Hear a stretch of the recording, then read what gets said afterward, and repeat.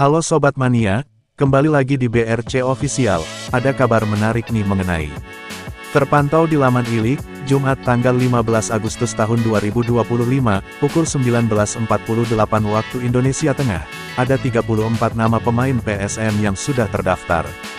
Dari daftar tersebut, 4 pemain asing baru sudah muncul, yakni Alex Tanque, Lucas Diaz, Abu Razak Kamara dan Jacques Medina.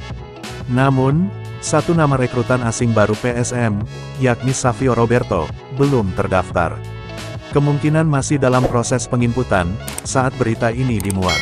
Meski demikian, playmaker asal Brasil ini, tetap masuk dalam daftar pemain, yang diboyong pelatih Bernardo Tavares, untuk menghadapi Bayangkara FC. 4 pemain asing baru PSM, yakni Alex Tanque menggunakan nomor punggung 9, Lucas Diaz nomor 11, Kamara nomor 77 dan Medina, mengenakan nomor 98. Playmaker baru PSM Makassar, Savio Roberto, belum terdaftar di laman resmi operator, kompetisi Super League 2025/26, Ilik. Hal itu dikonfirmasi langsung oleh manajer PSM, Muhammad Nur Fajrin. Sementara berproses, Savio masih menunggu IC-nya International Transfer Certificate terbit, jelas Fajrin. ITC atau Sertifikat Transfer Internasional, adalah dokumen penting yang diperlukan, ketika seorang pemain pindah dari satu negara ke negara lain. Dokumen tersebut, memastikan bahwa transfer tersebut sah, dan sesuai dengan aturan yang ditetapkan oleh FIFA.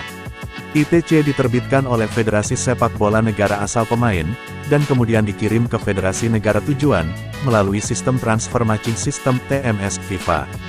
Dikutip dari laman Ilik, Jumat tanggal 15 Agustus tahun 2025 malam, 4 rekrutan asing baru PSM Alex Tanque, Lucas Diaz, Jacques Medina dan Abu Kamara sudah terdaftar.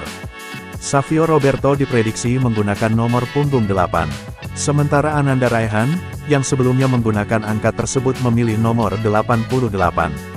Pada pekan kedua Super League 2025/26, PSM akan dijamu Bayangkara FC, di Stadion Sumpah Pemuda, Lampung, Sabtu, 16/8 pukul 16.30 waktu Indonesia Tengah.